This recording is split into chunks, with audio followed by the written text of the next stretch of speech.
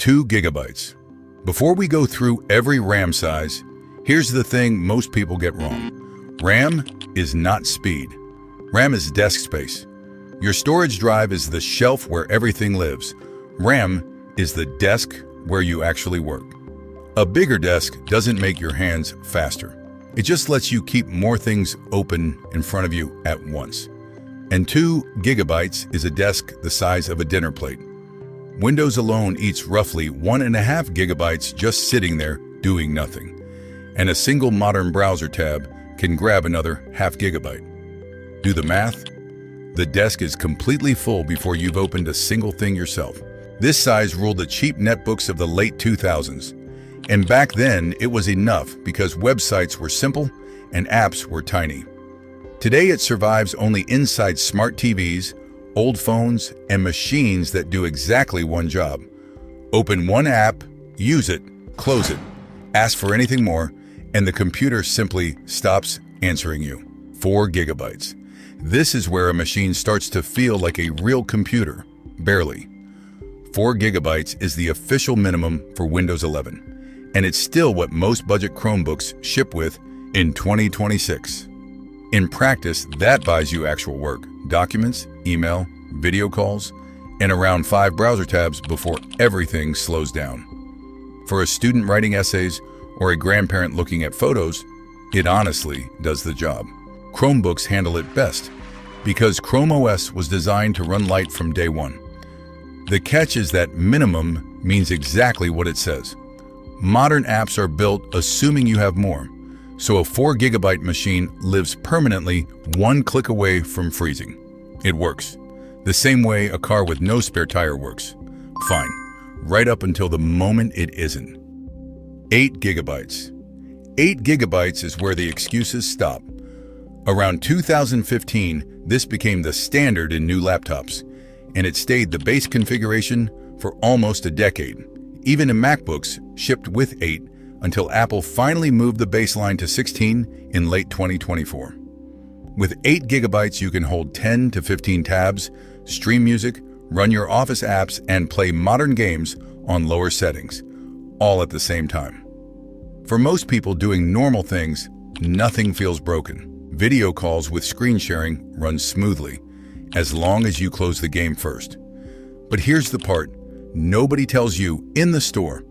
8 gigabytes is enough for today and tight for tomorrow. Apps quietly grow heavier every single year, and this tier has no spare room to grow into. It's the smallest size I'd still call fine, and fine is the most it will ever be. 16 gigabytes. If you're watching this video to decide what to buy, this is your answer. 16 gigabytes has been the sweet spot since around 2018, and in 2026, it still is. This is where multitasking stops being a negotiation. Modern games on high settings while a voice chat, a music app, and 20 browser tabs sit open in the background. Photo editing with a dozen layers while a video plays on your second monitor. Switching between apps feels instant because everything you touched is still sitting on the desk, ready and waiting. The honest catch: heavy 4K video projects or several virtual machines will still fill it. But for gaming, studying, working, and everything in between, 16 gigabytes buys you years of never thinking about RAM at all, which is exactly what good hardware is supposed to do. Quick question: how much RAM is inside the machine you're using right now? Drop the number in the comments.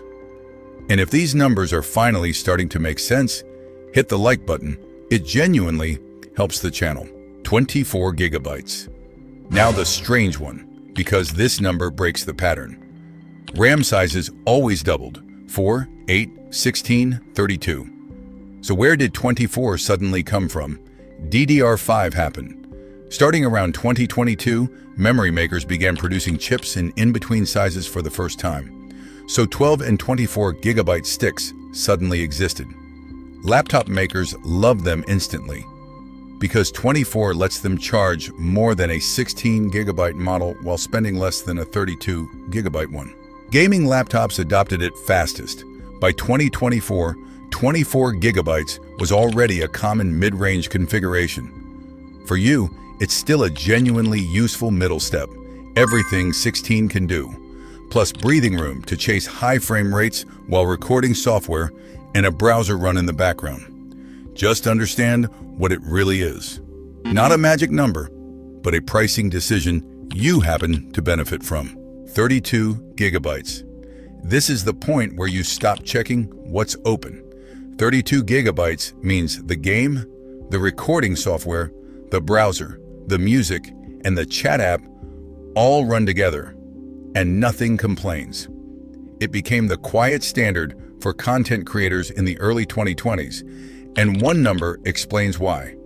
A 4K video timeline in editing software can demand 16 gigabytes all by itself. On 32, your previews play smoothly, and a 3D scene full of textures opens without that long pause where you wonder if the app just died. For everyday users, this is more than necessary. The extra memory mostly sits there empty. But for streamers, editors, 3D artists, and developers, this is where the computer finally stops pushing back. You stop managing the machine, and you just use it. 64 gigabytes. Here the audience changes completely. Nobody buys 64 gigabytes to open more tabs. This is for people whose individual files are measured in gigabytes.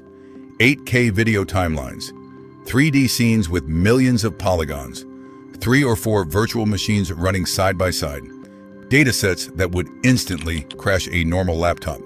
And at this level, the real benefit isn't speed anymore. It's stability.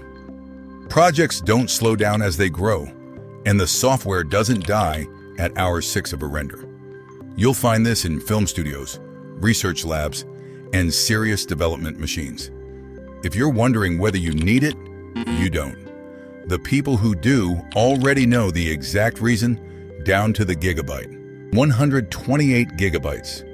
And this is the size that belonged to server rooms for 30 years, until something unexpected happened.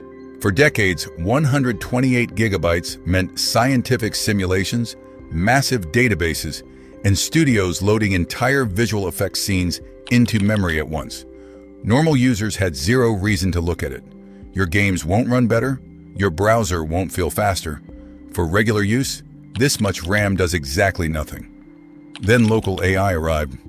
Large language models, the technology behind ChatGPT, need enormous amounts of memory. And running one at home, privately, on your own hardware, is the first thing in years that genuinely eats 128 gigabytes. A model that fits in your RAM is an AI that works with the internet unplugged, sends nothing to anyone, and belongs entirely to you.